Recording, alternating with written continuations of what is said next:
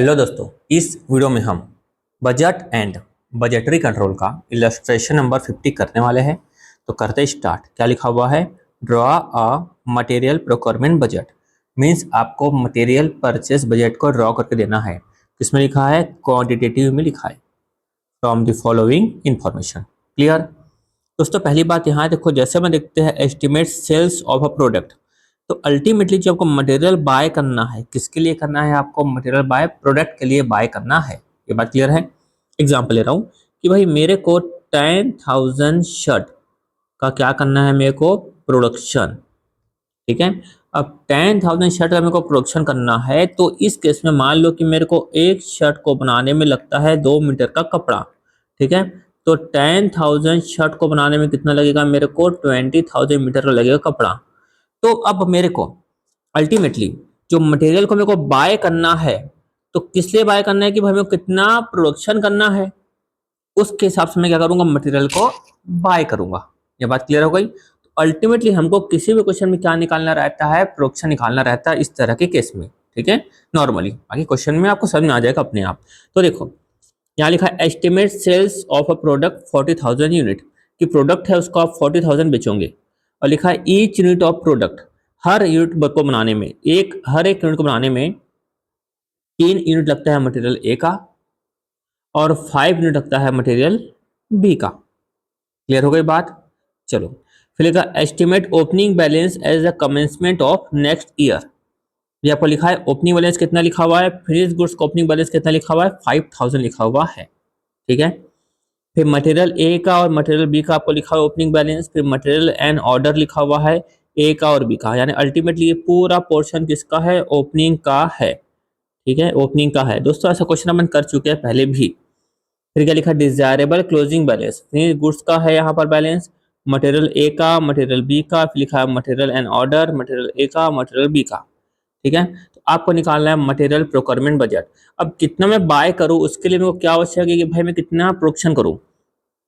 तो अल्टीमेटली मेरे को यहाँ पे निकल जाएगा प्रोडक्शन। जो तरीका बताया था सबसे पहले वो तरीका अपनाते हैं। अब तो मुझे याद भी हो गया ना, बाय सेल्स लिखते थे अपन अकाउंट्स में। कितना सेल करना है? 40,000 का मेरे को प्रोडक्ट को सेल करना है।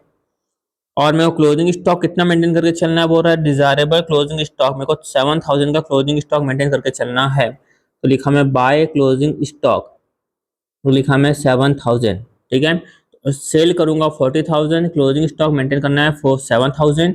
टोटल मेरे को 47,000 की आवश्यकता थी, लेकिन पहले से ही ओपनिंग कितना पड़ा हुआ है? 5,000 का पहले से ही ओपनिंग पड़ा हुआ है। तो लिखूंगा मैं 2 ओपनिंग स्टॉक कितना रखा हुआ है? 5,000 रखा हुआ है। तो 2 निकल जाएगा यहाँ पर प्रोडक्शन। क्या निकल गया मेरा? बैलेंस। कितना आ गया? 47 माइनस 5 क्या आ गया यहाँ पर? 42,000 का मेरा आ गया प्रोडक्शन। तो टोटल यहाँ पर आ गया दोस्तों 47,000। इसका मतलब ये है। क्लियर? अब मेरे को जब 42,000 का प्रोडक्शन करना है, तो इस केस में मेरे को मालूम है कि भाई मटेरियल ए कितना चाहिए? 3 यूनिट का। मटेरियल बी कितना चाहिए? 5 यूनिट का मेरे को मटेरियल बी चाहिए। तो यहाँ पर कोई प्रॉब्लम ही नहीं है। यहाँ पर कोई प्रॉब्लम ही नहीं है। कैसे? अब मैं बात करूंगा मटेरियल की, समझना ध्यान से। मैं फिलहाल बात करता हूँ मटेरियल ए की। मैं लिखा मटेरियल ए। ठीक है, अब कितना प्रोडक्शन करना है? 42,000 करना है प्रोडक्शन। तो 42,000 करना है प्रोडक्शन, तो उतना मैं क्या करूंगा अल्टीमेटली? कंजम्पशन। जैसे कि मटेरियल की बात करूँ तो 42,000 का करना है प्रोडक्शन, और एक यूनिट में कितना चाहिए? 3 इंटू किया मैं 3। तो 42,000 इंटू 3, एक सेकंड निकाल लेता हूँ कैलकुलेटर। ये 42,000 इंटू 3 या 1,26,000 का मेरे को कंजम्पशन करना है। तो इतना तो मटेरियल चाहिए ही, और साथ ही साथ यहाँ पर बाय क्लोजिंग बैलेंस में अभी लिखा हुआ है। कितना लिखा हुआ है कि भाई इतना मेंटेन करके चलना है। ये 20 ए की बात करो तो 15,000, और मटेरियल ऑर्डर कितना है? 18,000। अल्टीमेटली क्लोजिंग स्टॉक कितना हो गया? 15 प्लस 8, 8 है ना? हाँ 8 कितना हो गया यहाँ पे? 23,000। ये मेरे को करके चलना है मेंटेन। ठीक है, और यहाँ पे 2 ओपनिंग बैलेंस या ओपनिंग स्टॉक आपको ऑलरेडी दिया हुआ है। एक ही बात करो, 12 प्लस 7 कितना हो गया दोस्तों? यहाँ पर 19,000। ये हो गया 12 प्लस 7, ये हो गया अपना 19,000। तो मेरे को इतना करना पड़ेगा मटेरियल को परचेस, इतना करना पड़ेगा मटेरियल को परचेस। ये आ जाएगा मेरा बैलेंस। तो 1,26,000 प्लस 23,000, ये मैं माइनस किया 19,000। दोस्तों ऐसा सेम क्वेश्चन पहले भी अपन कर चुके हैं। ये आ गया 130। ठीक है, देखो यहाँ पर मटेरियल एक आ जाएगा यहाँ पर 130। ठीक है, सेम टू सेम अपन ऐसा क्वेश्चन पहले भी कर चुके हैं, इसलिए कोई यहाँ पर इश्यू वाली बात नहीं आनी चाहिए। ठीक है, अब चलते हैं अपन नेक्स्ट क्वेश्चन, नेक्स्ट वाले मतलब वैसे ही आपको सॉल्व कर लेना मटेरियल बी का। मटेरियल बी का आप कैसे करोगे, सेम टू सेम एक ही जगह लिखोगे आप क्या, बी। सेम टू सेम यहाँ पे कंजम्पशन, यहाँ पर आ जाएगा क्लोजिंग बैलेंस, यहाँ पर आ गया ओपनिंग बैलेंस, यहाँ निकल जाएगा परचेस। तो मटेरियल बी का आ जाएगा 214। सेम टू सेम अपन कर चुके हैं। ठीक है, एक एक को करा के टाइम वेस्ट करने का मतलब नहीं है। देखो आपको मिल भी जाएगा ऊपर में अपन कौन से क्वेश्चन में किए थे। ये अपन यहाँ पर ये 50 है, कौन से क्वेश्चन में किए थे, क्योंकि मेरे को फिगर जो देखा ना मैं, उसको मेरे को फिगर देख के याद आ गया कि भाई ये कौन सा नंबर का है क्वेश्चन।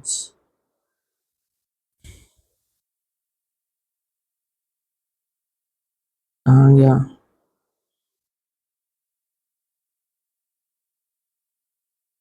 ये रहा इलस्ट्रेशन 38। देखो यहाँ पर एस्टिमेट सेल्स लिखा है, ओपनिंग बैलेंस, ये भी किसका देखो ये पूरा मिल जाएगा, ओपनिंग बैलेंस का पोर्शन, ये मिल गया आपको क्लोजिंग बैलेंस का पोर्शन। तो फिगर भी वही है 130 और 214। देखो ये same to same question repeated है। मैं वही सोचूं क्या हो रहा है, कहीं ना कहीं देखा लग रहा है क्वेश्चंस। चलो स्टार्ट करेंगे अपन नेक्स्ट।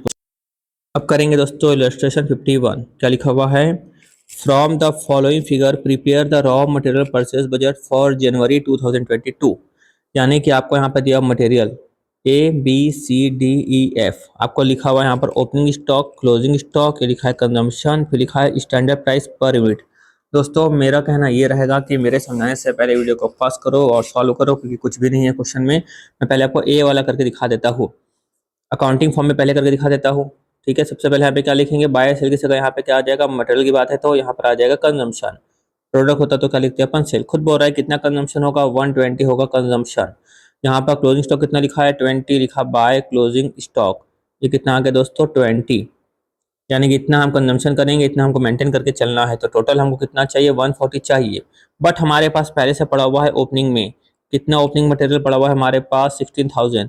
तो लिखा मैं 16,000, तो 120 में से माइनस कर दूंगा 16, तो ये आ जाएगा मेरा परचेस। 140 में से माइनस कर दूंगा 16, तो ये आ जाएगा मेरा परचेस। कितना आ जाएगा ये, 1,26,000, 124 ना, 124, ये आ जाएगा मेरा परचेस का बैलेंस। ठीक है, तो अपन को बनाना है स्टेटमेंट के फॉर्म में, तो ऐसे बना देंगे ABCDEF, कितना सारा है, यहाँ से लिखता हूँ ABCDEF।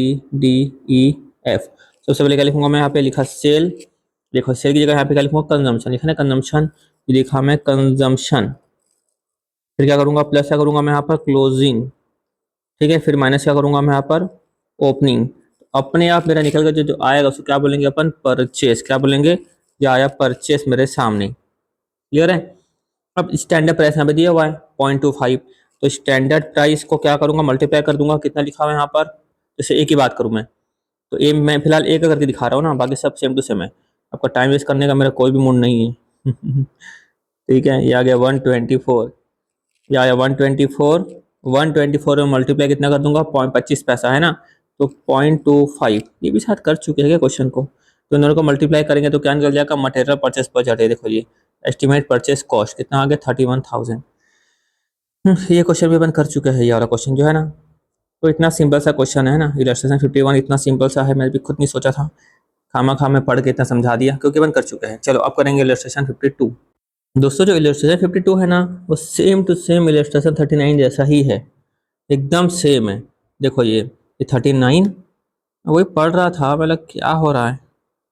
Thank God video record करने से पहले ही मेरे को समझ में आ गया, तो खामा खा उसमें भी आप लोगों को मैं टाइम वेस्ट करके रख देता। और आप भी देखते रहते कि सर कुछ नया समझा रहे हैं, है कि नहीं। देखो ये सेम टू सेम है, तो ये लिख लेता हूँ मैं, सेम एस इलस्ट्रेशन 39, वहाँ पर जाके देख लेना। ठीक है, हालांकि देख कर ही आए होंगे ना, यहाँ तक आए हो तो देख कर ही आए होंगे, ऐसे तो आए नहीं होंगे, है कि नहीं। चलो ये भी कुछ है क्या, देखो दोस्तों ये भी सेम टू सेम है, ये भी कर चुके हैं अपन। मैं देख के आता हूँ, पहले पास कर लेता हूँ, देख के आता हूँ कि भाई वो कहाँ का है, फिर मैं आपको लेके जाता हूँ। देखो दोस्तों ये जो है सेम टू सेम 40 भी वैसा ही है। देखो 40 सेम टू सेम ऐसा ही है जैसा वो वाला था। कौन सा क्वेश्चन था जो अपन कर रहे थे अभी, सेम टू सेम 40 भी वैसा ही है, उसको भी कर लेना होमवर्क। ठीक है, 53 देखो ये लिख देता हूँ, same as question 40, same as illustration 40। ठीक है।